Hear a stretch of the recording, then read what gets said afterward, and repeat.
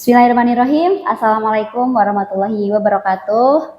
Oke teman-teman, hari ini kita akan membahas kisi-kisi assessment tengah semester Gasal tahun ajaran 2025-2026. Kita akan mulai dari pelajaran bahasa Indonesia. Teman-teman bisa buka kisi-kisi yang kemarin sudah disampaikan, dibagikan ke kalian semua. Coba cari yang bahasa Indonesia. Nah, kita akan membahasnya urut dari atas. Coba disiapkan dulu kisi-kisinya, kemudian bisa dibuka. Oke, kita mulai dari yang pertama. Tujuannya adalah peserta didik dapat menganalisis sifat tokoh pada teks deskripsi dengan benar. Materinya tentang apa? Materinya tentang teks deskripsi. Kemudian akan ada 2 soal untuk materi teks deskripsi ini. Yang pertama soal di pilihan ganda itu nomor 1, kemudian di uraian itu nomor 41. Nah, sekali lagi ini hanyalah pembahasan kisi-kisi. Hanya merupakan prediksi saja, bukan suatu bocoran gitu ya.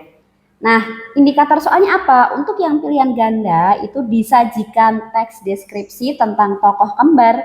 Peserta didik dapat menentukan perbedaan sifat kedua tokoh tersebut dengan benar.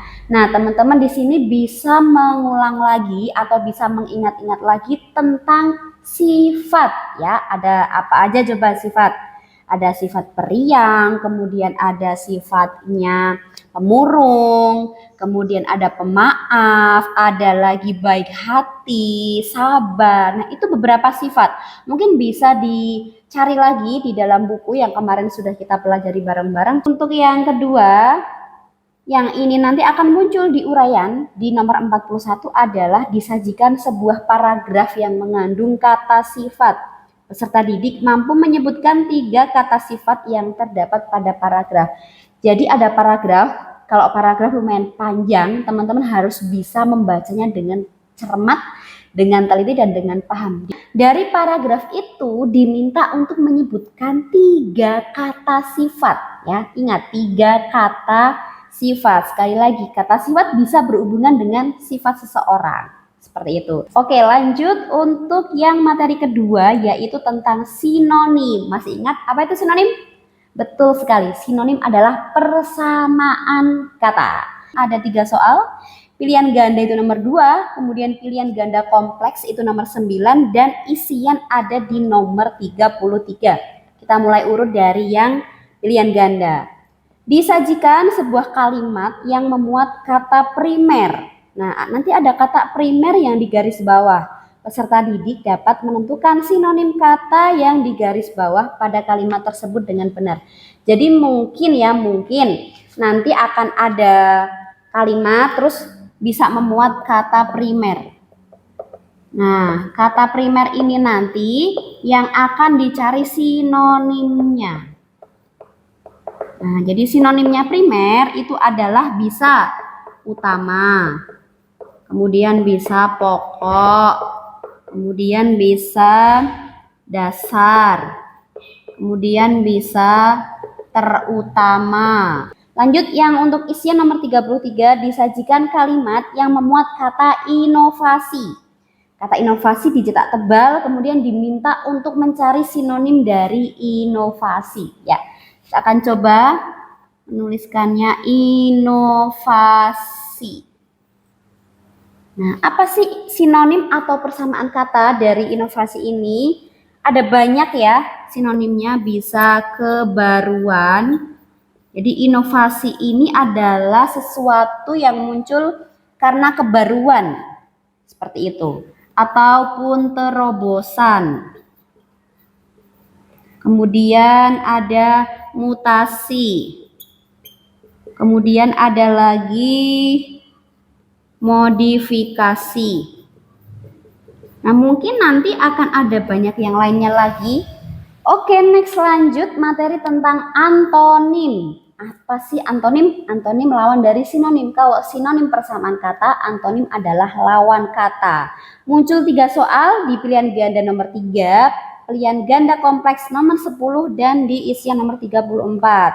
Nanti teman-teman diminta untuk mencari antonim atau lawan kata dari kata hadir Ya, ada kata hadir, kemudian diminta untuk mencari antonimnya. Kalau sinonim tadi sama dengan antonim bisa tanda X ya. Jadi antonim atau lawannya hadir adalah absen. Next, kemudian yang lainnya disajikan kalimat ada kata jujur, terus disuruh cari antonimnya. Jujur lawannya adalah dusta. Kemudian boleh juga bohong. Boleh juga munafik. Ya. Materi selanjutnya yaitu tentang imbuhan pe. Ya, ini ada di materi di LKS juga. Coba teman-teman nanti bisa buka LKS-nya lagi. Ada kalimat yang memuat kata pencucian yang di garis bawah. Jadi nanti kata pencucian itu di garis bawah. Kemudian kita tentukan tuh arti atau maknanya imbuhan pe pada kata pencucian. Nah, ini biasanya tergantung kalimatnya ya, pencucian. Tapi bisa juga pencucian ini berhubungan dengan tempat, misal tempat pencucian mobil, tempat pencucian sepeda motor, ataupun bisa juga artinya adalah proses. Jadi nanti teman-teman pahami lagi kalimatnya seperti apa. Kalimat yang memuat kata berimbuhan pe, kemudian diminta untuk menunjukkan proses, diminta memilih imbuhan pe itu yang menunjukkan proses itu pada yang kalimat mana. Nah, proses ini Ustazah contohkan, misal imbuhan pe apa sih yang di dalamnya itu artinya proses, bisa ya. Pelebaran, oh proses pelebaran jalan. Kemudian pembayaran, proses pembayaran. Kemudian ada penyaringan, proses penyaringan. Kemudian pencarian, proses pencarian. Kemudian di bawahnya lagi, nanti teman-teman diminta untuk dapat menguraikan proses pembentukan kata dengan benar. Jadi kata yang berimbuhan pe itu tadi diuraikan dengan benar. Contohnya seperti apa?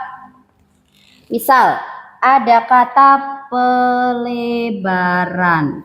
Nah, pelebaran ini nanti kita diminta untuk menguraikan. Tentu saja kalau awalan pe berarti depannya juga pe. Pe, strip. Kata dasarnya apa? Betul, lebar. Jadi lebar. Yang terakhir adalah an. Jadi pelebaran. Coba kita cari lagi. Ada beberapa kata yang kata dasarnya itu berbeda dengan yang ada di sini. Contoh, penyaringan. Ya, penyaringan. Ya, berarti kalau imbuhan pe otomatis paling depan pe. Penyaringan. Penyaringan kata dasarnya apakah nyaring? Bukan. Jadi kata dasarnya adalah saring. Nah, jadi saring. Saring ini kalau dapat imbuhan pe berubah menjadi n atau pakai ny. Sehingga berubah menjadi penyaringan. Nah, ini dilanjutkan dengan an. Disajikan proses membentukkan kata berimbuhan pe plus kata dasar. Kemudian teman-teman diminta untuk menuliskan hasilnya apa. Nah, ini dibalik. Jadi kalau di nomor sebelumnya itu diminta untuk mengurai, kalau ini malah dibalik. Contoh ya. Ini ada pe ditambah tulis. Apakah petulis? Bukan. Tapi apa? Ya betul, penulis. Kemudian ada lagi pe ditambah baca. Apa coba tebak? Oke, good. Pembaca. Ini ya. Oke, next. Materi selanjutnya adalah tentang kalimat majemuk. Hati-hati teman-teman. Ini kalimat majemuk cukup banyak keluar ya. 1, 2, 3, 4, 5, 6, 7, 8. Ada 8 poin. Kalau salah eman-eman, jadi silahkan pelajari lagi tentang kalimat majemuk. Bisa buka LKS. Di LKS sudah sangat-sangat lengkap tentang kalimat majemuk ini. Ustazah hanya akan menyampaikan poin-poin pentingnya saja.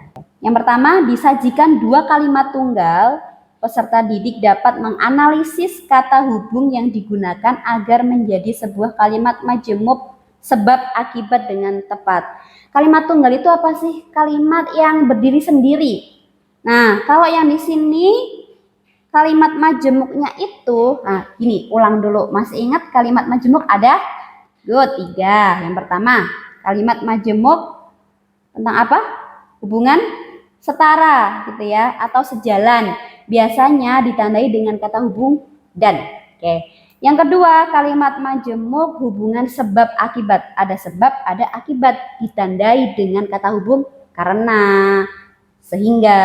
Oke, gitu. Yang ketiga, kalimat majemuk yang punya hubungan bertentangan atau berkebalikan. Biasanya ditandai dengan kata hubung namun, tetapi, dan sedangkan.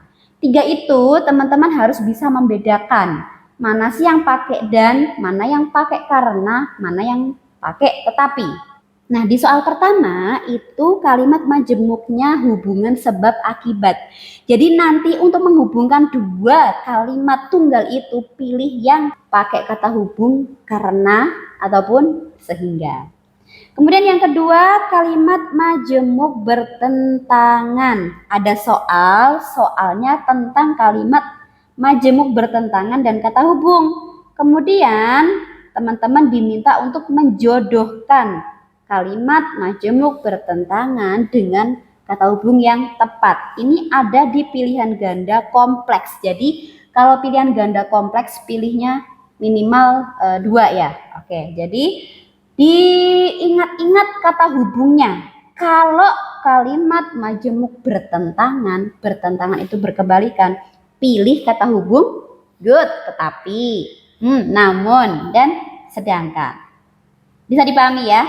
Lanjut yang ketiga, disajikan sebuah kalimat majemuk. Peserta didik dapat menganalisis penggunaan kata hubung pada kalimat majemuk tersebut benar atau salah dengan tepat. Nah, jadi gini, nanti ada kalimat majemuknya. Teman-teman diminta untuk mengecek kalimat majemuknya itu benar atau salah ya, gitu. Oke, kita lanjutkan masih materi kalimat majemuk. Yang selanjutnya adalah ada 2 kalimat tunggal, kemudian kita diminta untuk membuat kalimat majemuk dari 2 kalimat tunggal itu. Caranya gimana? Caranya dengan menghubungkan 2 kalimat tunggal itu menggunakan kata hubung yang tepat. Tadi masih ingat kata hubungnya ada? Yang pertama, kalau menunjukkan hubungan setara pakai dan. Kemudian yang kedua, kalau hubungannya sebab akibat menggunakan kata hubung karena, bisa. Kemudian sehingga, 2 ya.